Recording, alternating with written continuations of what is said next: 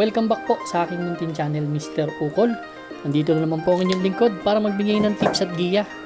Para naman po sa araw ng Biyernes, January 16, yung iba dun payday na, pero hinay-hinay po tayo ha. January 16, 2026, meron tayo pong 8 kalahok na abangan para sa Biyernes. 8 karera, 8 karera. Medyo mahaba-haba ang konti. Ang start time po is 5:30 pa rin. Rating based handicap system race yan ha.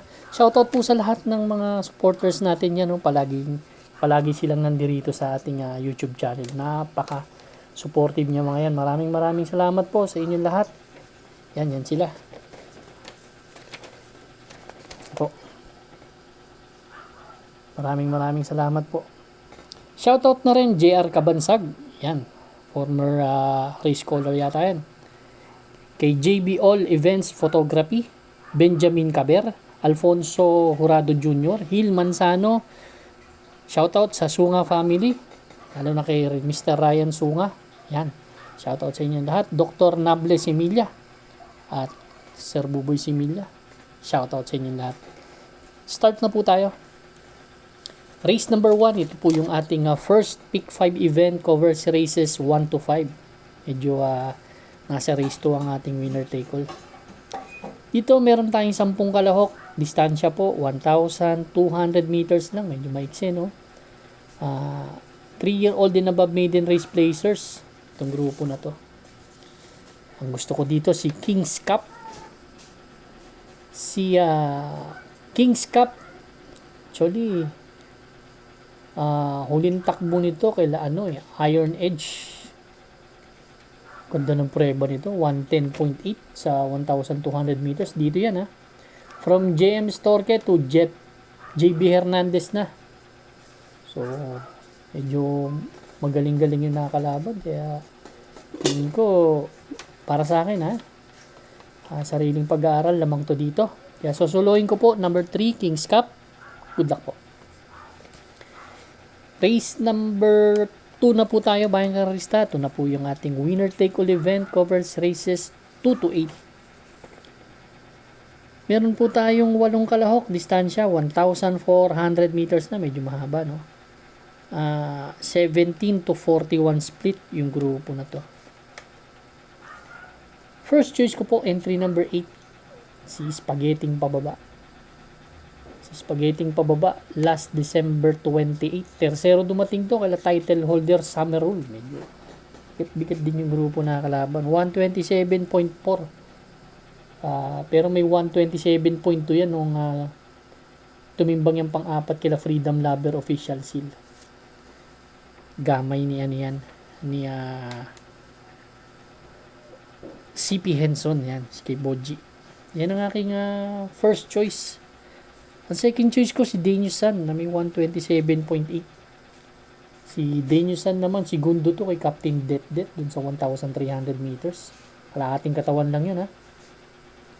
Dala na 119.6. Medyo maganda-ganda yung preba. May mga kursunada kayo dito sa laban na to, kayo na po bahala ha. Pero ako, first choice, entry number 8. Spaghetting Pababa. Second choice number 6, Danielson. Good luck po.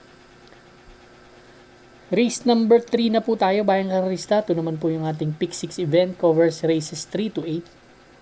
Meron po tayo ditong 10 kalahok, but 9 betting options lang tayo.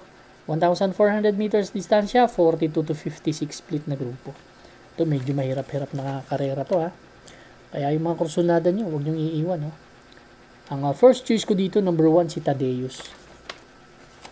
Tadeus kasi medyo mabigat yung mga nakalaban na karaan. Last December 28, kila Dream Girl tumakbo to, kila Longevity Daily Burn. Pang-apat dumating, nagtala ng 124.2, kaya yan ang best time niya dyan. Then last December 10, tercero naman dumating to, kila Lucency, kila Ready to Risk It All. May 117.2 na preba yan. From JB Guerra noon last December 10. Pero ngayon siya pa rin nasasakay si Yan si sorry, nasan ako? Yun, si J. Lazaro. Ang second choice ko po, entry number 3 na si Great Barrier Reef. To although konti pa lang ang tinatakbo nito ha. Si Great Barrier Reef. Actually, tumakbo to ng ang huling takbo nito last August 3 pa. Kaya longevity tumakbo to, medyo hindi tumimbang. Pero nagtala ng 141 sa milya dun sa kabila. Pero last December 10, nagtrangko po dito yan. Napanood ko yung barrier race niyan. 1.12 po ang prueba at marami pa. Medyo nakapigil talaga. Kaya tingin ko malaki chance ang manalo nito. Ang third choice ko po dito, number 6, si Authentication. Medyo batak sa laban. Huling takbo last January 4. Kila Calculus Haymark. Ayan, si Haymark ang sumigundo ron Kaya yan ang aking third choice. Kung may mga kursunada, dagdag po tayo. Pero ako, first choice, entry number 1, Tadeus. Second choice, number 3, Great Barrier Reef. Third choice po, number 6, Authentication. Good luck po. Race number 4 na po tayo, bayang karista. Ito naman po yung ating second pick 5 event. Covers races 4 to 8. Meron po tayong 8 kalahok. Distansya, 1,400 meters. 42 to 56 split na grupo naman itong karera na to. Dito sa race number 4, ang gusto ko dito yung number 5 na si Graceful Gift. Ito si Graceful Gift. Galing sa panalo last December 29. Si Geobel's Glory tinalo nito. Nagtala na 125.6. Pero tumakbo to dito last December 14. Segundo naman to kay Summerall. Nagtala na 125.6. Medyo ganda-ganda na kinikilos na tong kabayo na to. Dito medyo walang masyadong matulin Kaya talagang pwedeng makasunod tong kabayo na to. Second choice ko si Animo Lasal. Yan, medyo may magandang preba rin kasi sa akin yan. Kabayo na yan, medyo maganda manakbo. Race number 4, first choice number 5, Graceful Gift. Second choice number 6, Animo Lasal. Good luck po. Race number 5 na po tayo, bayang karista. Ito naman po yung ating pick 4 event. Covers races 5 to 8. 8 entries po tayo dito. Distansya 1,400 meters. 17 to 41 split na grupo. First choice po, Karing Melody.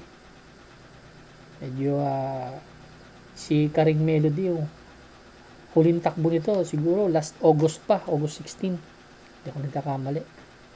Pero nagtrangko dito yan Nag-barrier yan dito last November 26. May 1.14. Pero baba sa laban Bababaan ako sa laban nito. Second choice ko yung maganda tinakbo na karaan. Itong number 1 na si Modern Stroke. Galing to sa panalo last December 27 lang. Si Enfuego tinalo nito. 127.2. Ang tilala. Race number 5. First choice number 2. Karing Melody. Second choice number 1. Modern Stroke. Good luck po. Race number 6 na po tayo, bayang karista, last extra double and last daily double plus 1. Meron po tayo ditong 9 entries but 8 in betting options. 1,400 meters na distansya, 42 to 56 split na grupo. Ang gusto ko dito number 4, Gamer Winner. Si Gamer Winner medyo may best time po dito na may 125.8 nung sumigundo yan kay C-Rice pero last na takbo niyan kaila Zoom, kaila Senyor Ibarra last January 3. Tercero dumating yan to medyo change jockey from Jeff Tagulaw Sarate to BD Fulgencio. Ngayon nakikita ko medyo walang ganong katulin na pwedeng sumabay sa kanya. Although andyan si Upscale Bell, pero tingin ko kaya niya ere nito. Maganda, mataas na grupong tong kabahay na to. Mga kabahay na to, kahit 58 timbang, tingin ko malaki chance ang manalo.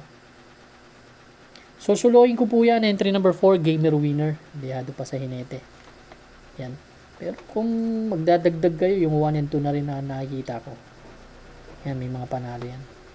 Pero sosoloin ko po, entry number 4, Gamer Winner. Good luck po. Race number 7 na po tayo, bayang karista. Ito naman po yung ating the penultimate race.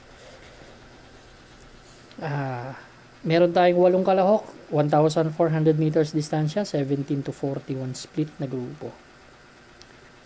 Ang first choice ko po dito, yung number 5, Ichiran Run. Although ang 3 to si Malibu Bell, pero si Ichiran Run, no? Galing sa 2 sunod na segundo yan. Ito nga, last January 7 kay Crown Prince, nagtala ng 114.2, puro sa kabila eh. Then,